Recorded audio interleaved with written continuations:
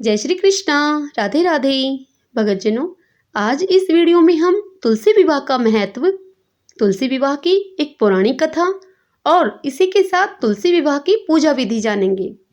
हमारे हिंदू धर्म के अनुसार हर साल कार्तिक शुक्ल पक्ष की एकादशी को तुलसी विवाह मनाया जाता है। इस दिन पूरे हिंदू रीति रिवाज से माता तुलसी और भगवान शालिग्राम का विवाह कराया जाता है।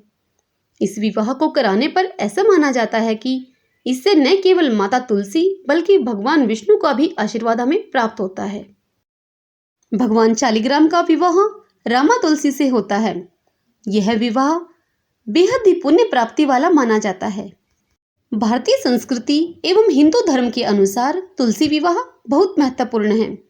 इस दिन भगवान विष्णु अपनी 4 महीने की निद्रा से जागते हैं, जिसके बाद भगवान विष्णु के शालिग्राम रूप से माता तुलसी का पूरे विधि विधान से विवाह कराया जाता है।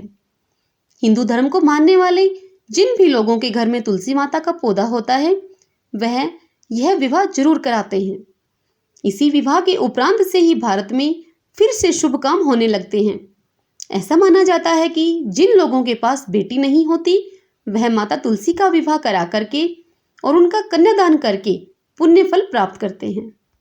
आइए भगतजनों, अब तुलसी विवाह की एक पौराणिक कथा है, वह सुनते हैं। माता तुलसी का असली नाम वृंदा था। उनका जन्म राक्षस कुल में हुआ था, लेकिन वह श्री हरि विष्णु की परम भगत थी। वृंदा जब बड़ी हुई तो उनका विवाह जलंधर नामक असुर से करा दिया गया। वृंदा भगवान विष्णु की परम भगत तो थी ही, साथ ही वह पतिव्रता स्त्री भी थी। उनकी भक्ति और पूजा के कारण उनका पति जलंधर अजय होता गया और इसी के चलते उसे अपनी शक्तियों पर अभिमान भी हो गया और उसने स्वर्ग पर आक्रमण करके देव कन्याओं को अपने अधिकार में ले लिया। इससे क्रोधित होकर सभी देव भगवान श्री हरि विष्णु की शरण में गए और भगवान विष्णु से जलंधर के आतंक का अंत करने की प्रार्थना की। परंतु जलंधर का अंत करने के लिए सबसे पहले उसकी पत्नी वृंदा का सतीत्व भंग करना अनिवार्य था। इसलिए भगवान विष्णु ने अपनी माया से जलंधर का रूप धारण करके वृंदा के पतिव्रत धर्म को नष्ट कर दिया और इसके परिणाम स्वरूप जलंधर की शक्ति क्षीण हो गई और वह युद्ध में मारा गया। जब वृंदा को इस बात का पता चला तो उसने भगवान विष्णु से कहा कि हे नाथ, मैंने आजीवन आपकी आराधना की, तो भी आपने मेरे साथ ऐसा कृत्य कैसे किया?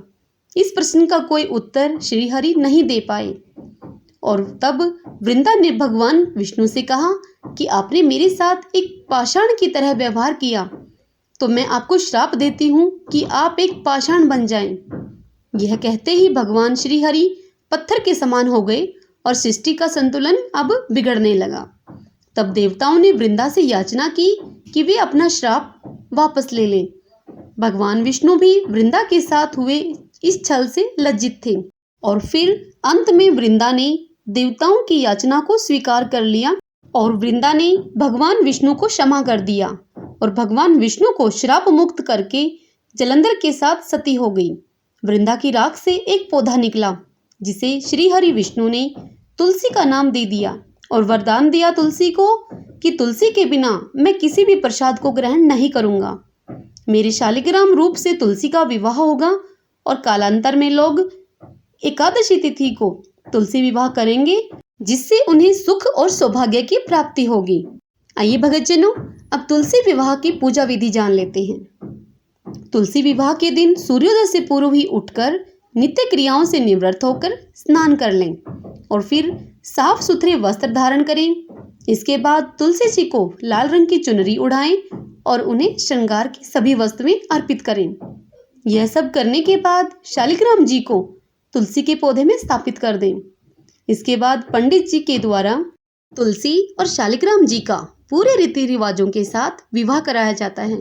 विवाह के समय पुरुष को शालिग्राम और स्त्री को तुलसी जी को हाथ में लेकर 7 फेरे कराने चाहिए और फिर विवाह संपन्न होने के बाद तुलसी जी की आरती भी करनी चाहिए। भगतजनों, यदि आपके लिए यह तुलसी विवाह कथा और यह जानकारी उपयोगी हो तो इस वीडियो को लाइक करें, शेयर करें। जय श्री कृष्णा। राधे राधे।